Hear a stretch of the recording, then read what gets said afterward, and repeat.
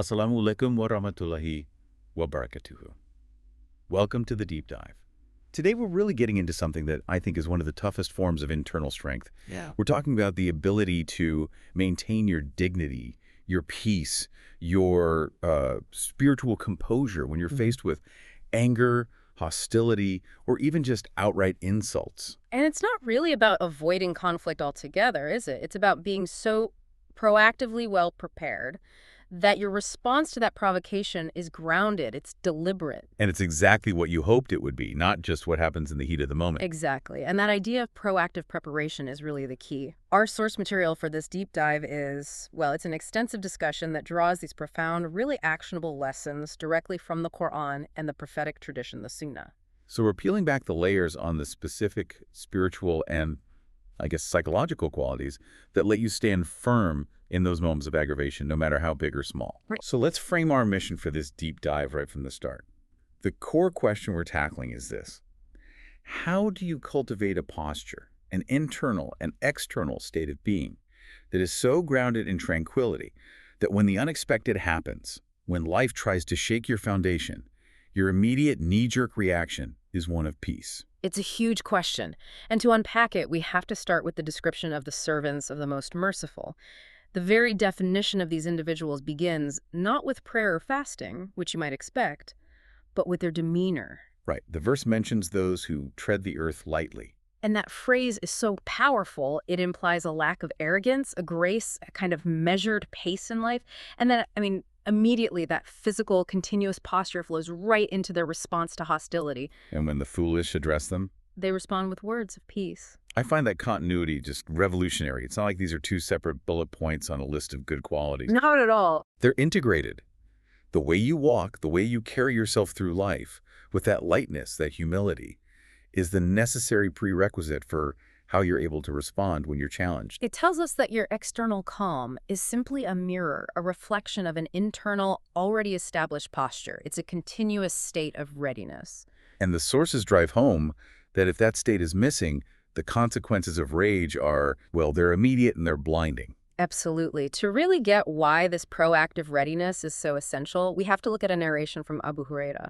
It's a foundational scene that basically defines rage as an intoxication. Okay, so set the scene for us. All right, so imagine this. It's a vivid scene. Two men are fighting, and I mean fiercely, right there in the presence of the Prophet, peace be upon him, and the companions. Okay. And one of these men is just beyond argument.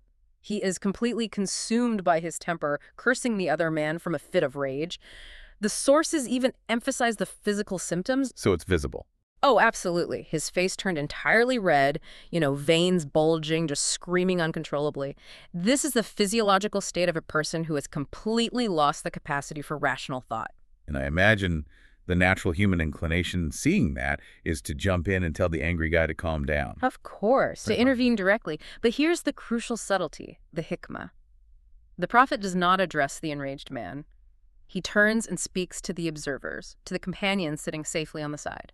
What does he say to them? He tells them, I know a word that if he was to say it, then the state that he is in right now would disappear. Just gone instantly. The state of rage, that temporary intoxication would just vanish.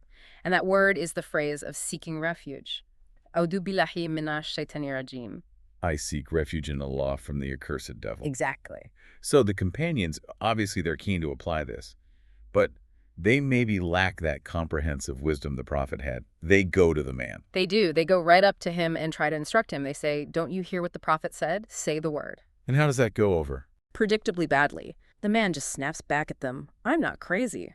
And this is the core lesson on timing and wisdom. He's so blinded by the emotion that he can't even recognize the remedy. He takes it as an insult. He perceives the advice to seek refuge from the devil as an accusation of insanity. The Prophet knew that a person intoxicated by rage cannot be taught. You have to wait until the intoxication wears off. And if the Prophet had addressed him directly, Who knows? The man might have, in that fit of rage, just blown up in the Prophet's face, which would have had these, unthinkable spiritual repercussions. So rage is essentially a temporary spiritual and emotional shutdown, trying to teach or reason with someone in that state is completely counterproductive. It's pointless. Which brings us right back to why we have to build that proactive spiritual readiness before the rage ever hits us. Because if that pre-existing constant posture is missing, then Shaitan, the devil, will catch you flat-footed, as the sources say. He doesn't even have to try hard at that point. You'll just naturally respond exactly the way he wants you to, with more aggression, with escalation, and ultimately, with sin. And this is where the concept of the fortress comes in. The fortress of the believer. Right. The Prophet referred to the remembrance of Allah, Dhihr, as the fortress of the Muslim. And you have to understand, this isn't just a nice metaphor, it's an operational reality. It's a strategy. It's a strategy. The devil is constantly circling, looking for any gap, any moment of negligence, a hole to penetrate your spiritual defenses. If you're diligent, keeping that guard up constantly with the remembrance of Allah, he can't catch you with your shield down. The teaching is pretty uncompromising then. You have to keep your guard up constantly, minute by minute. Yes. It is infinitely easier to protect yourself proactively than it is to frantically try to seek refuge and, bandage the injury after the emotional explosion has already happened. Okay, that makes sense. So let's move from this idea of readiness to the specific tools for endurance. When we talk about being prepared for hardship, we often just use the word patience as a catch-all. Right. But the sources are meticulous here. They distinguish between two crucial types of endurance. And this seems fundamental to our whole deep dive. This clarification is absolutely necessary because it really defines the scope of our human responsibility. The Prophet taught that true patience, sabr, has to be present at the first strike of a calamity. The first strike, so the moment of initial shock. Exactly, that initial shock. This means if you have to wait an hour or a day to eventually come around and accept a loss, you haven't actually fulfilled the requirement of true sabr. That instantaneous composure requires a pre-cultivated state of tranquility.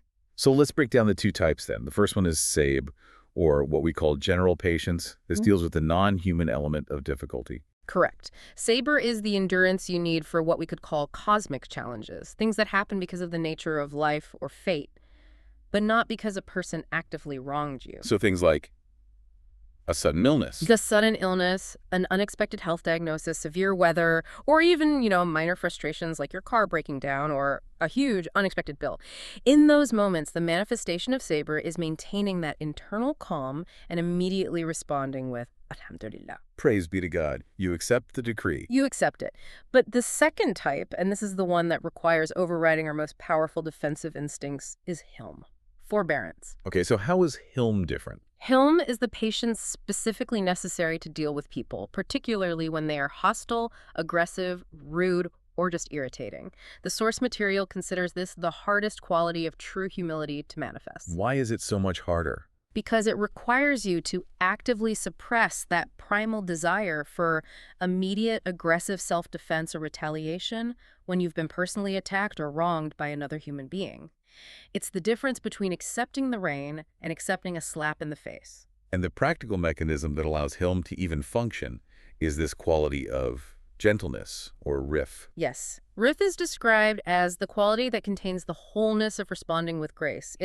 It's the lubricant that ensures your interaction doesn't just descend into chaos. If your response isn't gentle, it's not hilm, it's just delayed aggression. The narrations on gentleness are so powerful. They elevate it far beyond just, good manners. The first command is simple. Upon you is to be gentle, and beware of harshness and being foul. And then look at the consequence of lacking it. It suggests how foundational it is. Whoever is deprived of gentleness is deprived of all good. Wow. Not just some good, all good. All good. This is not a secondary characteristic. If you lack the ability to respond gently, the sources are saying you lack a prerequisite for general spiritual excellence. But the truly staggering implication, the key insight that ties this back to being proactive, is the connection between gentleness and divine aid. Right. Allah loves gentleness and supports you when you are gentle in a way that He will not support you when you are harsh. We need to spend a moment on this because that is a terrifying claim. What does it actually mean practically to forfeit divine aid? It means you have chosen to rely solely on your own limited power, your own temper, your own intellect, your own physical capacity for aggression. That's all you have. So when you're gentle in the face of hostility, you're making an active choice. You're saying, I'm not letting my ego dictate this. I'm deferring this matter to a higher power. You are, in effect, inviting God into the confrontation to defend you. You're handing the reins over. And if you choose harshness, If you choose harshness or aggression or some disproportionate retaliation, you're essentially declaring independence from that divine support. You're saying, I got this. I can handle this on my own terms. and the moment you take matters into your own hands, you're left alone. You are left alone to navigate the conflict, which almost inevitably leads to transgression and regret. The divine aid, which ensures you remain honored and protected during the provocation, is contingent upon you maintaining that gentle, dignified posture. So maintaining risk is not a sign of weakness at all. It's actually the mechanism by which we unlock infinite, invisible strength in a confrontation. Exactly. We need that external aid, and the cost of it is simply our own temper. That moves us perfectly into how we train for this. Because if gentleness is required for that divine support, we can't just wait for a crisis and hope to flip a switch. No, this is where we analyze the preparation ground. Humility is the umbrella virtue, right? Mm. And we said hilm is its most difficult manifestation, responding with grace when someone is aggressive toward you. But the training for that happens in the most mundane, everyday moments. We tend to compartmentalize our reactions, don't we? We assume we can be short-tempered with our spouse over a small disagreement, and yet somehow possess this saintly patience when dealing with a major tragedy. And the sources challenge this compartmentalization severely. They raise what you call the escalation test. Yes, the escalation test. If you habitually lose your mind, if you escalate and explode over minor daily irritations, the internet stops working, traffic makes you late, someone cuts you off in line, how can you possibly expect your inherent response mechanism to suddenly switch gears and react appropriately during a major life episode? Right. I mean, think about the emotional reserves you'd need to handle the death of a loved one, or a severe accident, or a devastating financial loss. If your daily training is to allow minor friction to trigger major explosions, you will have absolutely no spiritual bandwidth left for the truly catastrophic. So the minor repetitive acts of life, dealing with these small annoyances and inconveniences, they aren't distractions from the real work. They are the work. They are the fundamental preparation ground. If you cannot maintain saber when the water heater breaks, you will not maintain saber when the doctor's diagnosis comes back negative. It's a continuum. And this preparation also deeply involves how we treat people who are not actively hostile, our family, our colleagues, even strangers. Yes. The sources define the core characteristic of a believer by the peace they embody. The definitive statement is that a Muslim is one from whom other people are safe from their tongue and safe from their hand. People should find salam, peace, from you. Exactly. If people who are neutral or even kind to you feel unsafe around your temper or your sarcasm or your potential for an outburst, you have failed the groundwork necessary to deal with an actual enemy. This grounding leads directly into a critical point: transgression in argument. Arguments are going to happen, but transgression is the line we just cannot cross. Absolutely. We will all have disagreements. The issue is transgression and argument, which is so spiritually damaging that it is listed as the fourth defining sign of a hypocrite. Wow, that's a heavy charge. It is.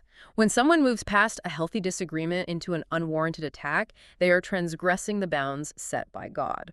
So how does that transgression manifest in a practical sense? Is it just raising your voice? It can be, but it's more than that. It's any action intended to injure or dominate rather than to resolve. So this includes cursing, using profane language, raising your voice to a level that's designed to intimidate or silence the other person, Getting physical. becoming physically aggressive even in minor ways, and crucially, seeking extreme, vindictive, disproportionate revenge. This last point is key. When the retaliation exceeds all bounds, even if you were the one who was initially wronged, that disproportionate response is a massive spiritual failure. And what does this behavior reveal about a person's core belief system, spiritually? It reveals a profound lack of fear of a Lord who holds accountable and rewards with justice. A person who transgresses in an argument is operating as if this moment, right here, is the only moment of reckoning. They want to get their pound of flesh right now. Exactly. They want to take as much as they can from the emotional injury of the other person now, because they aren't truly confident in a higher justice or a future spiritual reckoning. The person of siddiqu, or truthfulness, is confident that God will restore their honor and mete out the proper consequence, which allows them to remain composed. So let's link this directly back to that character test. Let's review the 4 signs of a truthful person, the Siddiq, which are the inverse of the signs of a hypocrite. Okay, this gives us a clear four-part metric for self-assessment. Number one, if he speaks, he upholds truth. That's the opposite of lying. Okay. Number two, when he promises, he upholds it. Opposite of breaking it. Three, if entrusted, he is good with trusts. Opposite of breaking them. And finally, the ultimate character test. Number four, when she argues, he maintains composure and does not transgress. The implication there is profound. You could pass the first three with flying colors, but if you consistently fail the fourth, if you let your temper lead you into transgression, you're falling short of true sidique. That's exactly it. The truthful person is defined by their consistency under pressure. Arguments are the furnace where character is truly forged. If you can maintain composure and restraint, even when your rights are being violated and your emotions are peaking, that is the mark of a person who is entirely full of truthfulness. So now we have the spiritual mechanisms and the preparation ground. Let's move to the real world and bring these teachings to life with some of the most famous anecdotes of prophetic forbearance. Because, as we established, if you can't be gentle with the people you love, There is no hope of unlocking hilm for your enemies. and the test of love, the incident involving Aisha and Khadijah, may Allah be pleased with them both, is the perfect place to start. This was an internal familial moment. Right. This is where the prophet, peace be upon him, was wounded by someone he loved dearly. So Aisha was, of course, aware of the prophet's deep, ongoing love for his first wife, Khadijah, even after her passing. He was always remembering her, sending gifts to her old friends. And Aisha, being young and human, was overcome by jealousy. And in that moment, she referred to Khadijah in a disrespectful way, calling her an old, toothless woman. And the sources describe the prophet's reaction as intense. This wasn't just mild displeasure. Not at all. Aisha said she had never seen him angrier. His face flushed red, his hair stood up on his body. Internally, he was battling immense emotion. This was real rage. But the key to hilm is what you do with that rage. Despite the immense provocation and hurt from someone he cherished, not a single word of abuse or harshness was directed at Aisha. Instead, he took the power of that rage and transformed it into honor for Khadijah. He channeled all that passion into this powerful verbal defense of her. He said, I swear by Allah, Allah did not give me better than her. And he lists the reasons. He lists them all. She believed in me when no one else believed in me. She accepted me as truthful when other people called me a liar. She financially supported me, and Allah gave me children through her when he did not give me children through any other woman. So he defended the truth, upheld the honor of his deceased wife, but simultaneously maintained complete spiritual and verbal control over the person he loved who had just hurt him. This is the ultimate proof. You have to conquer your own temper in your most intimate relationships first. It's the opposite of transgression. He was hurt, but he used his speech for truth, not for abuse. The internal characteristic is forged in the home. It has to be. Okay, so our second anecdote shifts gears to the test of power. This is where the prophet was the head of state, secure in Medina, and he was subjected to public physical aggression. The story of the Bedouin and the cloak. This incident is just remarkable for its sheer audacity. The prophet was walking in Medina wearing a favorite Yemeni cloak, and a Bedouin man, likely motivated by this crude sense of entitlement or just urgent need, comes up to him. But he doesn't ask politely. Not at all. The man aggressively grabs the cloak and twists the prophet's neck so violently that the sources say it left a red mark, even a scar on his neck. Oh. And then he demands, give me from what Allah gave you. This is a direct physical assault on a head of state, in public, surrounded by companions who would have instantly defended him. He was in the ultimate position of power to retaliate. And yet his response was the absolute pinnacle of hilm. He correctly interpreted the aggression. It wasn't malice born of deep ideological hatred. It was aggression born of ignorance and likely genuine, desperate need. So what did he do? He removed the cloak, and here's the key detail. He smiled. He maintained that posture of peace. He didn't let the physical attack knock him out of his element for a second. Then he just instructed a companion, take him to the treasury and give him some charity. He responded to ignorance with education and to aggression with generosity. And that leads us to a critical distinction the sources make, maintaining honor versus succumbing to humiliation. Yes. The believers are never told to be humiliated or to act submissively out of fear. There is a profound difference between the honorable humility the prophet demonstrated and self-imposed humiliation. You stand with dignity and conviction. You don't just relinquish your faith or your principles because you're afraid someone might harass you. Why is that distinction so crucial here? Because the enemy's goal, particularly those who are the jahilin, the foolish, it isn't just to hurt you. It's to provoke you to act like them. To drag you down to their level. Exactly. So they can point and say, see, he's just like us. His spiritual claims are meaningless. The prophet's consistency was his strongest defense. His humility was his honor. His enemies were driven crazy because they could not get him out of his element. They couldn't make him relinquish his high standard. And that concept of being completely unmovable is beautifully encapsulated in that analogy of the fly in the tree. It's a simple but powerful analogy. A fly tells a massive tree, watch out, I'm about to jump onto you. And the tree replies, I didn't feel you fly off of me, so why would I feel you land on me? I love that. This is the spiritual state we're aiming for.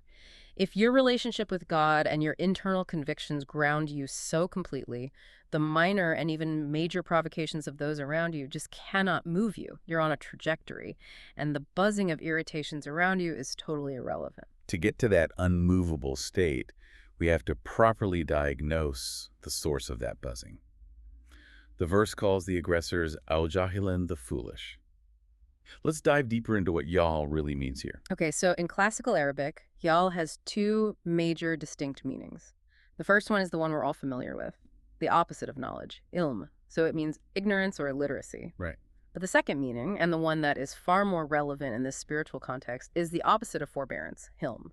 So the Quran isn't just talking about an uneducated person. It's referring to a person whose behavior is defined by impulse. Precisely. Dal here refers to a person who is impulsive, explosive, easily irritated, and acting from a place of rage and recklessness. These are the Abu Jahal types people who have the capacity to know better, but willfully choose aggression, rudeness, and disrespect to incite conflict. And believers are commanded to respond with peace to this deliberate behavioral foolishness. Yes, and this non-engagement approach is reinforced by another very similar verse, which really expands on this idea of turning away from conflict. What does that one say?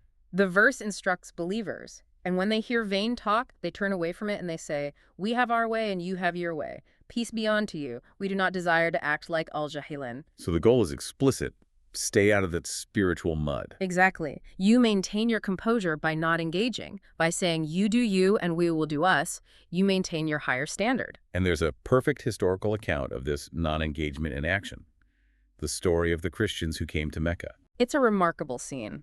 About 20 Christians, scholarly individuals, travel to Mecca to investigate the claims of the prophet.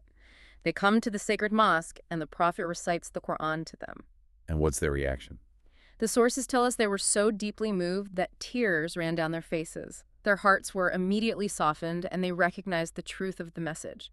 Right there, they were ready to accept Islam, leaving behind their former faith. And their antagonist is the prototypical Jahil Abu Jahal, who just cannot stand to see this intellectual and emotional submission to the truth. Of course not. So Abu Jahal immediately steps in to insult them publicly. He says essentially, what miserable and dumb people you are. You came all this way to investigate, and that quickly you've accepted his religion. You've abandoned everything you've known your whole life in a matter of minutes. He's trying to shame them, to incite them into a fight. And their response was just a masterclass in applying hilm and non-engagement. Their reply was simply, peace be unto you. We have no intention to engage with you. Be gone. They just walked away. They refused to fight, refused to argue, refused to be drawn into his aggressive attempt to get them out of their element. They had what they were convinced of, the truth, and they knew that engaging with Abu Jahal would only diminish their spiritual state. That brings this battle against Ya'al to the ultimate spiritual level. Understanding Shaitan's mechanics of provocation, he works through specific annoyances to get that overreaction. This is the psychological dimension of annoyance. Shaitan doesn't always go for the big ideological crisis. So often he works through persistent, petty annoyances, or waswas, to achieve a singular goal, to cause you to overreact in a way that leads to sin. And the sources outline 3 distinct tactics he uses to push those buttons. The first is hamzat. Hamzat is defined as the poking, the stinging, the persistent pushing of buttons. Think about a younger sibling constantly trying to get a reaction out of you, knowing exactly which nerve to hit. Okay, I can picture that. It's that persistent, irritating force that wears down your composure over time. When we seek refuge in Allah, we're asking for protection from this relentless, irritating poking. All right, and the second tactic is nazga. Nazga is incitement or provocation. This isn't the slow, steady poking. This is the aggressive whisper that aims to create immediate escalation.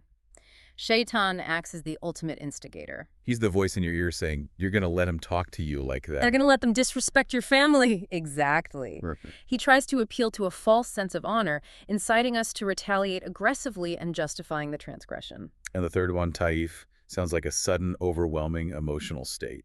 It's visualized as a wave, a sudden overwhelming rush of emotion. Imagine walking calmly along the beach and suddenly a massive wave just slams you down. This is when things are going normally, and Shaitan hits you with a burst of extreme, irrational rage or powerful negative emotion. And what's the believer's response to that wave? The distinction is crucial. When those who fear Allah are hit by this taif, they remember Allah, they wipe their eyes, and they immediately recalibrate. They refuse to let that sudden emotional rush take them into sin. So the ultimate goal of annoyance, through all three tactics, is just to get you out of your element. That's it. To violate your composure and force you to respond in a way that is below the standard expected of you. That is the essence of the battle for hilm. So if non-engagement is the goal, how exactly is that responsive peace of salam manifested? Because you mentioned it's different from the everyday greeting. It is distinctly different. The command to turn away from the ignorant means don't engage in their foolishness. And the salam in that verse is not the salam of greeting, of welcome. The scholars identify it as the salam of withdrawal. A salam of withdrawal. What are the dynamics of that? Why is it so effective? It's a dignified way of saying, I'm leaving this conversation now, but you should know it's all good for me. Your aggression hasn't wounded me. It communicates non-engagement without being rude or escalating the conflict. It's an active form of de-escalation. Yes. The most beautiful example is Prophet Ibrahim speaking to his father, who had literally threatened to stone him to death. And Ibrahim's response was, "Peace be unto you, I will seek forgiveness for you with my Lord." He left the presence of hostility, but he left behind a beautiful word of peace and hope, not an insult. And that beautiful response must act as a kind of mirror for the aggressor. It does. When a decent person treats you badly and you only respond with dignity, it often causes them immense internal shame. They feel, like dirt afterward. And that shame can lead them to recalibrate their own behavior. We see this powerful, instantaneous recalibration in the incident with Umar ibn al-Khattab, a stark demonstration that even the greatest people need that reminder from the book. A famous incident recorded in Bukhari. Hur ibn Qays, a respected companion, brings his uncle to see Umar, who's the caliph. And the uncle immediately confronts Umar with appalling disrespect. He says, "I swear you don't give us what we deserve, and you don't rule us with justice." And for Umar, whose ultimate fear was injustice before God, that must have been a huge trigger. He was immediately upset. He was taken aback by the accusation and was about to respond in anger. But Hur intervened. Instantly, he said, "Commander of the faithful, Allah told his prophet, take to forgiveness, encourage good character, and turn away from foolish people." And this man, my uncle, is from the foolish people. He literally applied the verse to the exact situation.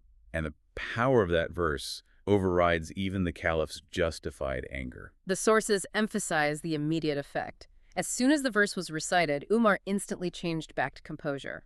The anger just escaped him. He didn't debate the point or try to rationalize his anger. He internalized the command and adjusted his behavior in the very moment of provocation. That's the high standard. But what if we feel we have the technical right to respond? This is where the standard of excellence Ihsan comes in, and the story of Abu Bakr illustrates it perfectly. This story is critical for understanding the mechanics of divine aid. So, Abu Bakr is sitting with the Prophet, and a man begins aggressively insulting both of them. And the Prophet just maintains his composure and smiles, setting the standard. Abu Bakr initially holds his ground, right? He's attempting hilm. He is. But after these persistent, aggressive insults, he reaches his limit. He eventually responds in kind. He takes his technical right to respond equally to the insult without escalating. He doesn't transgress. And the instant he does that, the Prophet's demeanor changes. The Prophet stands up and walks away, and Abu Bakr, deeply concerned, follows him and asks, "O Messenger of God, why did you leave? I was only defending myself." And the explanation is one of the most spiritually profound lessons on this entire topic. He explained that before Abu Bakr chose to retaliate, an angel had come from the heavens and was responding on his behalf, defending his honor. Wow. But the moment Abu Bakr chose to take matters into his own hands, the angel left, and Shaitan came to support him in the argument, to heat up the conversation. And the Prophet said he did not want to sit in the presence of Shaitan. So Abu Bakr was technically justified, but the Prophet was showing him a higher standard, the standard of Ihsan. Yes. And he then gave Abu Bakr three transformative pieces of advice, the most relevant one for us being: no servant is wronged with an injustice and chooses to overlook it for the sake of Allah, except that Allah increases him in honor and strength. So choosing forbearance doesn't diminish your honor. It actually increases it exponentially in God's sight. And eventually, in the sight of people as well. Our final anecdote really synthesizes all of this: forbearance, power, generosity into a grand climax. Hmm. The story of Zayd ibn Sana, the Jewish rabbi. This is the ultimate test of prophecy. Zayd ibn Sana was a scholar in Medina who recognized the signs of the final prophet from his scriptures. He wanted to test the prophet on a financial dealing. So the prophet took a loan from him, and Zayd used this as a means to test a very specific prophetic sign. So he comes before the due date. Way before the due date. He approaches the prophet in public, grabs his clothes, and insults him severely, using these culturally charged stereotypes about the prophet's tribe and their reputation for delayed debt repayment. It's a public humiliation designed to provoke an angry response. And who immediately steps up to defend the prophet? It's Umar again. Of course it's Umar. He roars, threatening Zayd. Enemy of Allah, I swear if I didn't have to worry about disobeying him, I would separate your head from your body right now. The scene was just incredibly tense. But the prophet's response, again, is a defining moment, not just for the aggressor, but for the angry defender, for Umar. He immediately calms Umar down. He demonstrates hilm in two directions at once. He says, "It's not how we deal with people. I would have much preferred that you paid off the debt, O Umar, and that you paid off the loan, O Zayd." And then he goes even further. He tells Umar, "Take him and give him back what he's owed, and then give him an extra 20 for the way that you scared him." He not only accepts the insult, but rewards the one who delivered it, using the state's resources. The audacity of that generosity and composure, it must have just broken Zayd.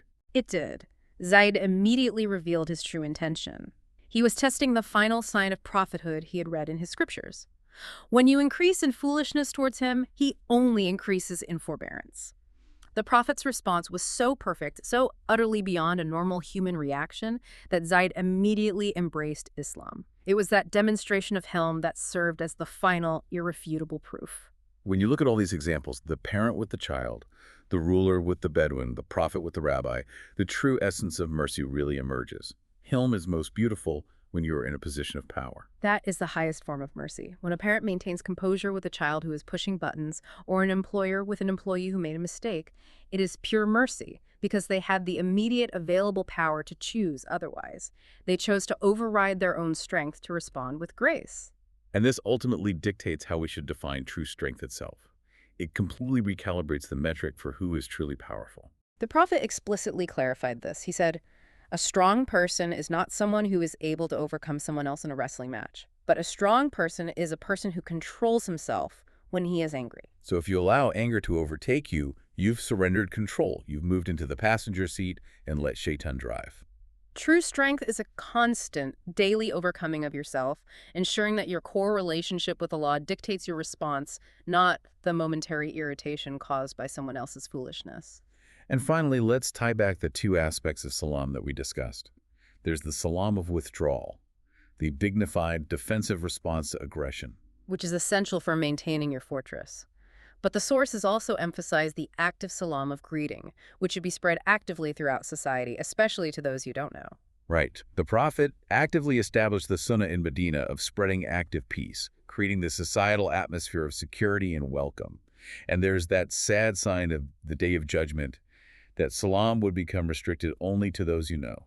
So we're challenged to be the change, to actively spread peace, both defensively through hilm and actively through greetings, thereby dismantling the internal and external boundaries of hostility. The path you are walking, this daily practice of composure, is fundamentally about maintaining your relationship with Allah.